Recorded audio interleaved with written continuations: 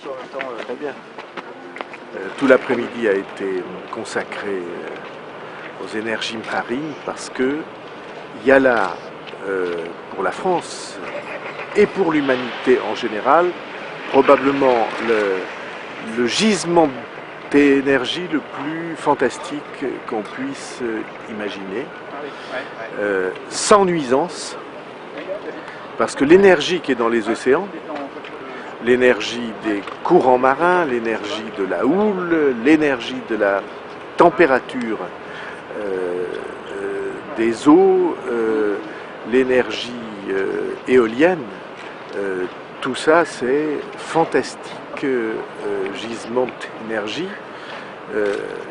Quelques dizaines de turbines comme celles que nous avons là, des hélices entraînées par le courant marin qui elles-mêmes produisent de l'électricité, arriveront à la capacité d'une centrale nucléaire. Et peut-être même de 2 centrales nucléaires. C'est-à-dire que le problème de l'énergie en Bretagne serait réglé. C'est la première bonne nouvelle pour l'humanité. Et puis il y a une deuxième bonne nouvelle pour la France. C'est que nous sommes en pointe sur ce secteur industriel. Et moi qui considère que produire en France est le sujet de cette campagne électorale, eh bien tout d'un coup on voit à quel point il y a là un espoir, il y a des milliers d'emplois disponibles et beaucoup de ressources pour le pays avec les grandes entreprises nationales, la DCNS par exemple.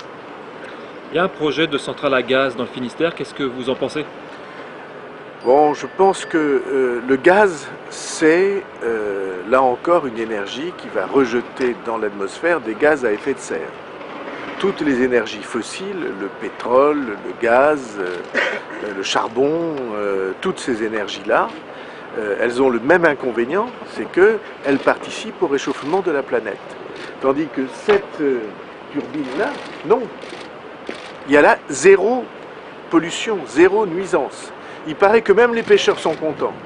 Ce qui n'arrive pas toujours, n'est-ce pas, à trouver un projet qui fasse plaisir à tout le monde dans une zone et qui soit extraordinairement utile, non polluant. C'est quand même très très encourageant. Et si l'on devait dire où est le plus prometteur des énergies, c'est ici naturellement dans la mer qu'on le trouverait. La mer, c'est un fantastique ami pour l'homme si on sait la domestiquer de cette manière. Je pense qu'il faut augmenter nettement, par exemple, le soutien à l'Ifremer. L'Ifremer, c'est 200 millions d'euros, je pense, par an. Je pense qu'il serait tout à fait facile de trouver des soutiens qui, par exemple, en 5 ans, doublent le budget de l'Ifremer.